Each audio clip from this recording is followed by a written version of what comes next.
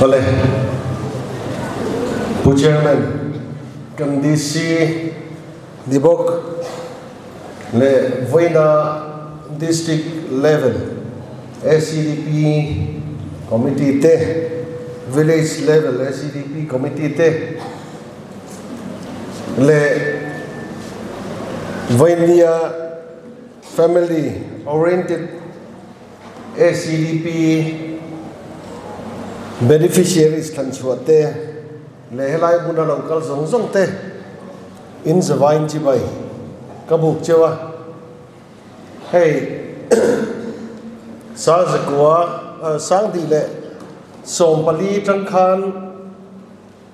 ACDP program hi time kan kalpuyang tin kan ho tu ten an ngai tua chuta chuan keipo committee a min tel ve a aizola committee in kal ve zak zak trina ACDP hanti hian nia socio economic development program ti ania hay hian kan economy anh tin nghe kan than thế cái anh tin kong sang sang kan kalpui thiang ti ngai tua na ania kan ram kan in tàu del lo na te kan har san na sang te ne chung kuang po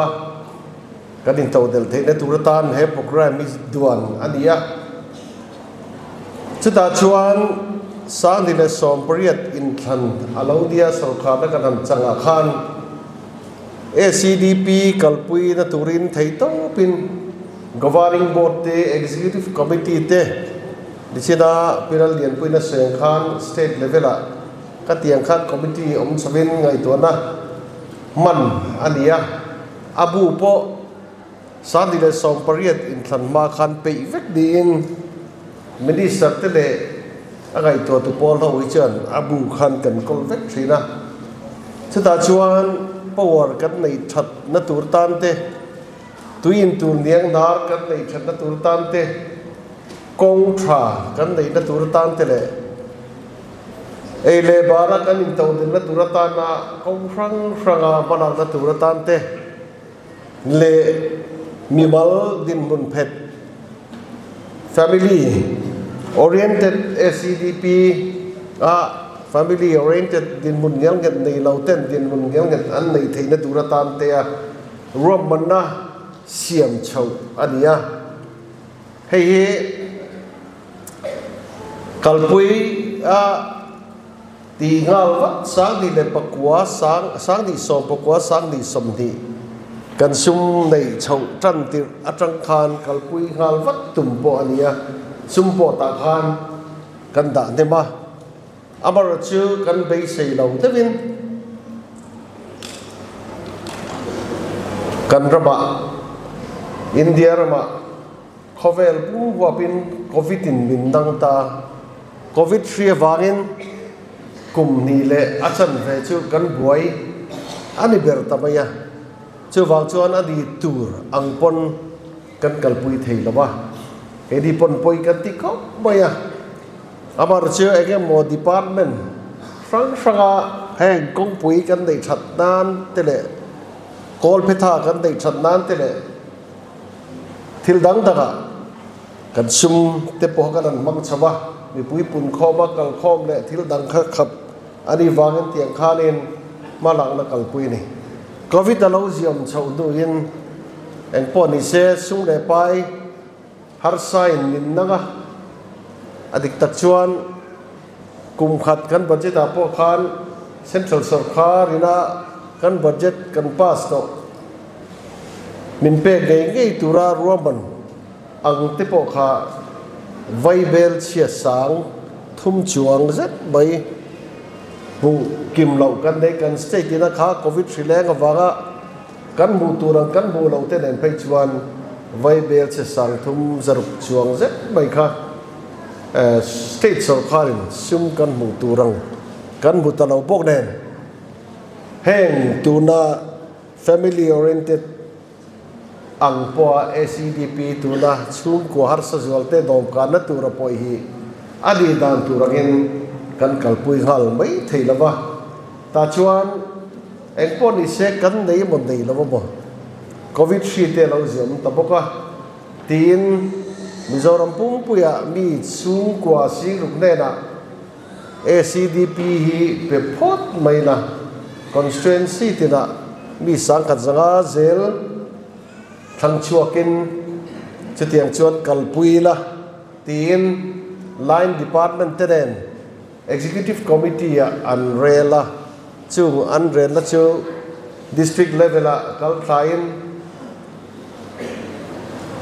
village level beneficiary state than chau din di chera kan ka khan etiang hian kal chau pui ania first phase than chua ania first phase a abultran nan sing ni sa ngai pek ni se tinia chuan first phase second installment sing ni sa nga pek le ania chuan first phase third installment hi kan pedon nge second phase kan thang le photang ti po ngai tuana na satakin man ania amara chu sum le pai kanin dai dan enin tin governing board in ngai tuana bangma sa sen tia governing board ra te kan chief minister kai thoina noya minister ho zong zong kan tela chita chuan sum le pai in dai lo na ne ACDP hi mutur mungai turang chi tam tak kan lo wangin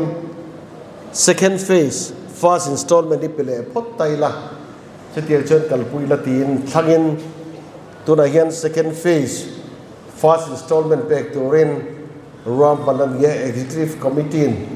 an lo rem ti boka line department ten zo thei tur enkol zo thei tur anin ngai boka chetiang chuan vainia hian karan kalpuya tin he second phase first installment hi atop na turan dilova first phase second installment pokha atop na turan ni chuang lova kan tu bang chuan cheng noi thum thenga sem chho tu ania sarkar ba sa khan NLUP cheng noi khatin mi puite zona giam gan dai lauten zona giam gan tan dai theinan tin ruam manan siama kumana khan an sem zo theilawa kum somna an sem zo ti fel fai thamen big lo mai thei boka tin ke di hi tu na yan akum ngana kan bang trep to akum ngana turin thadi vel kan lan ya chuta chuan first phase first installment le second installment kan pe to second phase tuna first installment kan pe to na ya third installment po hi executive committee in rem ti to in a beneficiaries than po hi kalpui tumania order hi lati chua ni lavin district level a hian pe ala ni chi lova enge kan thlen dan tur chu ka khelova dongom tak tak la dong lo te po kan loba chung te tan po chuan ngai tu pui tu ra tianga pathian zara sarkhana kan la changle tu ra po kan nga ya chumi huna chuan first phase ho po pek chun zom madianga tu na second phase ho po hi installment a pek chho tum zero ania a governing board te po kan soya tin a third phase te po kal chho puya kuma dang lo le chuan amal somna te po vu te pon kan ve to in kan ringa dik tak chuan tun sarkar khan covid in minti buai na kha kan dar sa ta pakhat ni china ka soi khania apanina chuan kho chakla wal li nging na sa ta kan to ni champhai le chevela kan buai me ma ni rang hing renga fi la te pon riak chuak khela bi chok kan se bang da wania kilam panga khan ten ram ri buai oma har sadan da men lo kan to ka manipura te tripura te po pur kan choa barma thakin oil tipo kan la ni chu tiang chuan kok sang sangin kha har san ta khan min ron bo awangin kan duangin kan kalpui thei lawa chubi mai na dilawa khana ramri buaite le covid wangte ti mai dilo kan chenom ram Burma boya Myanmar boya Myanmar bizau tam tak adong bizau rama bizau omzat ve ang vel hi Myanmar ano bani chu gan bizau puite chu banga kin anoma asi ga singtel an ral ta na ei lein le an fat school kal na tur thla ngai tu alo ngaya chu chon min han bel cha chu mi mai no Bangladesh helpol le Bangladesh sarkar min ka brega chu ta chuan ral tla ne ga mazat kan mizo pui kilaya Bangladesh omte sajek lang du omte an non ral tla na asang tel in min ron chin boka chubi mai la dilawa kan riat thawagin Manipura state sarkar state chunga chi le chi inti boida ma wagin asingtel anon ral tlana anei tur ngai tu ngaya chu ho school kal na tur ngai tu chu ngai lo pang ho te po khati khan su le pai hi kan ring phak ba le kan ngai tu phak bakin kan se da gai ni sani so pariata zoram bi pui kan trong try ya kan hun local tura lalpai du zong bi sor khan na ling pero idu zong mi sarkar tiro tin kan trong try ko sang te pol sang te kan fel le kan that wang ni lavin kan rabom dan tu selok tu khang har sa da zong lo theng tu selok tu kan pathian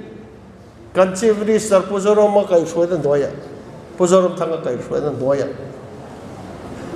ke di ho po cabinet tel turin pathian khan min lo ruata min an hian than klidin pathianin mi puite kal tlagin dangdi kal tlagin than klidin kan anoma khang har sa ta sang lo teng tur pathian khan kan chief minister kai shoi noya zoram mi puite hin na turi agai tu theng ti shalok tu pathianin kan hun aron ruat ania tun kan thega har sadna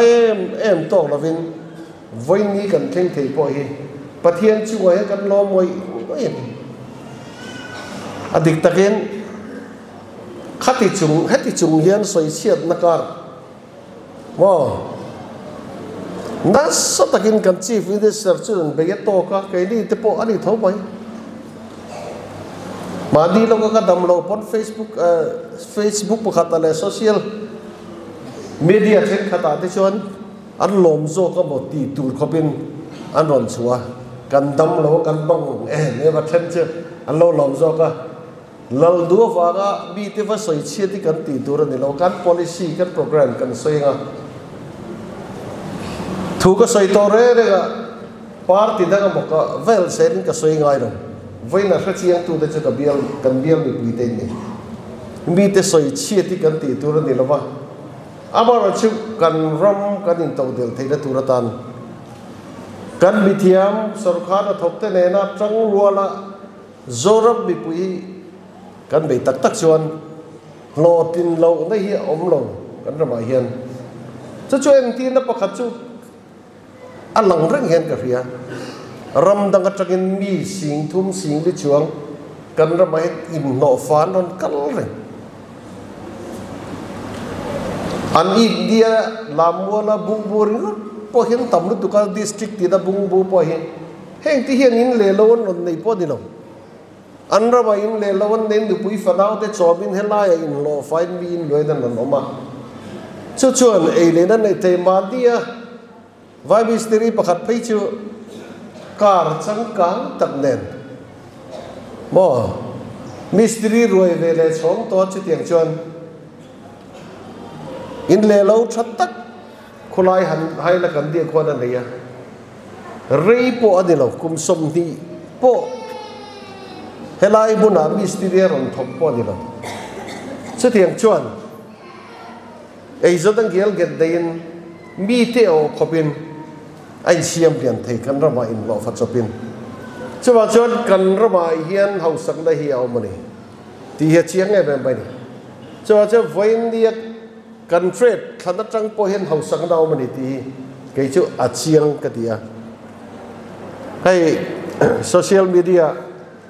te Facebook alar khop baya vok vula wanga millionaire di theite billionaire di theite hi anom tlat voksai tamnaram China anrama mi hau sathan khom si ga antel phatlat anbul tran chu vok panga ten chu vai ni hen millionaire ran di thei ni mo anh po de ra se vok vul kan ni mo kel vul kan ni mo bong vul kan ni mo kong sang sang ei zon na ti tak zet zeta pathian khachunga kan kalchon pathian ni mal som ne min pe nge ngi ka ti ka chu khel lo min pe ka ti tok kain dan tirian cheng zandile somruk che ka ne kan pui ne kan danga kadun min kho ya bu fai ke som ni vel hi mama hi keng ve ro tia mei thai fa kan nia angai love ka ti chugin min pe ve keng paru fian paru asuanap tu chobe so tur pathum ne kain gai tua katia kheng phei chu ka lom wa nge ka thelo ma din to del ka tumlu tu ka wang han ka chum ke ve ka kanin dan zanin fian po ka ul soi ni chu ta tang chon bul ka chana atu ga cha ka din chi rang reng kha kan thenom pa puar ke kha aborol ta mundanga so cái này đó đến thèn thì chưa có vào họ này rồi chúng ta trăng chuan bin khu lại anh trầm te chiên ar te vulin trần căn đá ar quý bạc hạt ở trăng ar khát thì lại mình sẽ chiên du point năm mình cái gì ar khát ar tal tu kan mi tha so han kan nei re ni ka dei da po heta I om ta puro phira min pui cho ani chu tiak chuan thil kha ain pa ka puk cho khan chir chi sang sang kha ti tak zet zet kan ti chuan lo tin dai om tak zet zet yen ka ria ke ma po yen ni china kha ku wa phun te kha kan ngai tha adi khopa sai kha cái đi bộ cụ va chinh cần nia sáng khát giặc quá sông riết lệ pariat cụ va cần chim trong tất cái chỗ nia chút ta cụ va cần chi na kha cần sal tira cần chu đàn chuan cũng khata cheng giật thum man cũng tin sal thia cần ngay à cũng sáng thì zanga này tới chuan cũng khata noi sari an bu thei ati kha atak tak ania average kuwa rahi chu tu la atam ber le alai hol le atlem ber da fin la kum thum ra kha zathum bor vela kan chu thin ani chutiang ang chut chuan kan thal thina alo khopa cheng zathum cũng khatin apu chuak thin kan tia Valencia achitra hi chu alok le zual chon ka ria ba se atam thina nei reng thei lova kuwa te chi kum som thum nu apo hian ala tha lo chepal po kan thom zela tu na po hian ke ni po kan poisa pung da berali sanga den ka hwana local to chu tam takin domin karinga chu tiang chu kum som di le panga kan di tanga ken kol ania kan huan te po khu kum som ni paruka thai ka ching chana sangha te kan vul chawa chutianga hei kolasi bazar po ka khar chon ti fo ke di pon kan zuar fo wakati hun nai te chon sang ni le pariat saka sa kwa som riat le pariat riat kwa som kwa kuma te po dekon bazar te veng lai bazar te po ke ma nge pon ka zuar sing khop mai ai zo la po kadan zuar sing khop mai champa e tling pon ka zuar the sangha kha ni chila pilian pui seng khan enkol that chuan a hlok ani achali chuan vok vulai sin a hlok bang yo khatia tharuka ale ti ka maza ti na thang thei tlat ani ado te ku jung chal tiat le kha tharuka kg sari inkar hian a thang thei tlat ani vok te po ani thawanga chachu apoi mo khopa duat taka kanen kol chuan engkim mai kan ran vul poi thathei ni vok po hi ka vul treu to min thiat pui tu poi namin ka ria vok no te somwa pathum ma bul tanin ka bei vak to ar puiza ar pa som dile panga bul tanin ka bei vak to ni chutiang chu ani wangin enkol thatchon ran po hian hrisela thai pon hrisela kanen kol thatchuan an mani po an hrisela nuaman ti ve ni thai theng po hian nuaman ti ve ni sewang chuan ti tak taka kan trade thana industry lama thil siam na khol ani mo thane mai taka kan ti chuan lokin na hi pathian in kan kutai hena dani sewang chuan voinia sing di sanga bultan nan long mangula ale peka zoi na rin chom chowanga tram le ti khana ron kal chho don tram le chana vur ku mathling chho don kan siamena tia chunguna chuan kal chowang mo kan ram hian chia a kan la collect le ba chia hi kan la patle me mami ram mang hian kan petam lawa sum le pa la du dei kan nei lo khop boya kan CDP sum kan da ma sakte po ka hei gas kan lai chuana turatan sum le pai kan siam hena da tuna meidum saka khon ONGC hen verlen dua chunga tan te chon kong an laya khong ta ku lai chuari chon ke po sang ni som po petroleum minister ka bu pon khu meidum aom hu commercial atani chon atam tham nawa chaka verlei anon rota kan la ti theilo nin tia khung te kuti la chuan kan state in share tam tak kan lenga chu ta tang chuan economy kan than len na turatan mitin tu na biang chi a po hian mi te tan pui na turatan ba te po hi ala la theng ti hi kan ringa a thil sang po di ome ngai tu tu ridam takoma chuan voinia kha kan line department pathum ten thanem ngai takin kan pui lin na tur kan hau sak na tur ye isna gial get kan nei theina turatan an thiam na te an zil chhuat thak pakhata khan insurance sung changi apoi mo kati insurance ke po insurance company hen sang ni le sakha zakwa somriat le paruka tagin sakha zakwa somriat le paruka tagin tun khleng hian insurance a hian da lo hi ka nei ngai lo re life insurance te le building